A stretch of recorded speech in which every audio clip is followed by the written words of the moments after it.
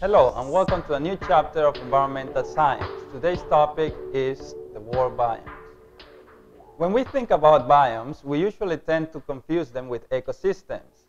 Even though they are similar, they differ in the way that biomes are much bigger than ecosystems, to the point that we can find several of them inside a biome. When a large area has reached some degree of stability, it is called a biome. The biomes divide in two main categories, land biomes and water biomes. At the same time, the land biomes divide into 5 different categories. One of them is the rainforest biome. Are biomes that have great amount of vegetation and a large amount of rain. The temperature in this biome is particularly warm, and this temperature stays constant throughout the year. When we talk about grasslands, we refer to areas dominated by grasses. These areas are very hot and receive high amounts of rainfall, but only during a short season. The amount of rain that this area receives is enough to support grasses, but not large vegetation. Of course, you will find an occasional tree and bushes. However, they are spread all over the place. Grasslands are very important because they hold the largest animals in the earth, like elephants, zebras, bisons, etc. Deserts are very dry areas with extreme conditions. The temperature is very high during the day and very low during the night. The rainfall is very small to the point that it cannot support too much vegetation.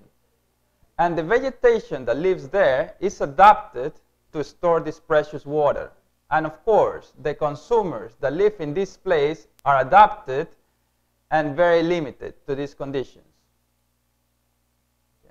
Boreal forest or taiga is a biome cold enough to receive snow for part of the year. It has tall vegetation, and even though the amount of water here is fairly large, this biome does not have a biodiversity like in the rainforest, because the species living here have to be adapted to withstand the cold temperatures.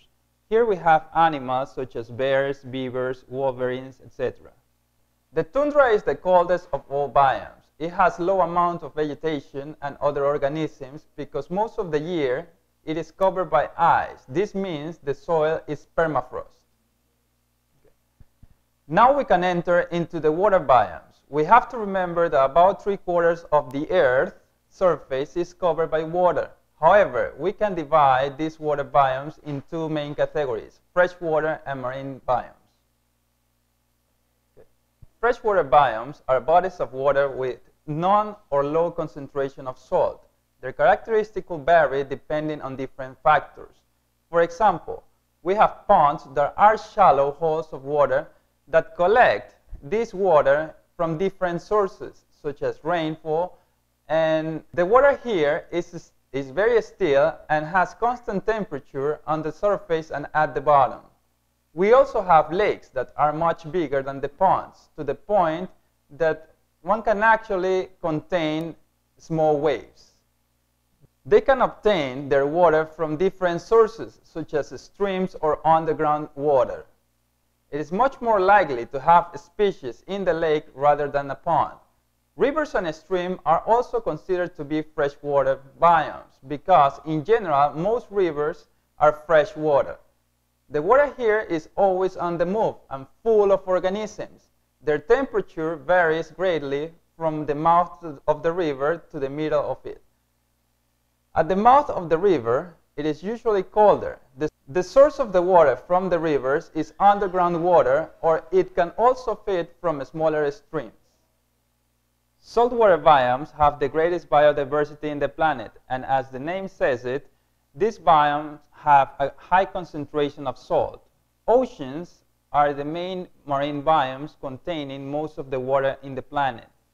The temperature varies greatly from place to place. They are very deep and full of life. With this, we finish our class for today. Thank you for your attention and join me for our next video class. Thank you.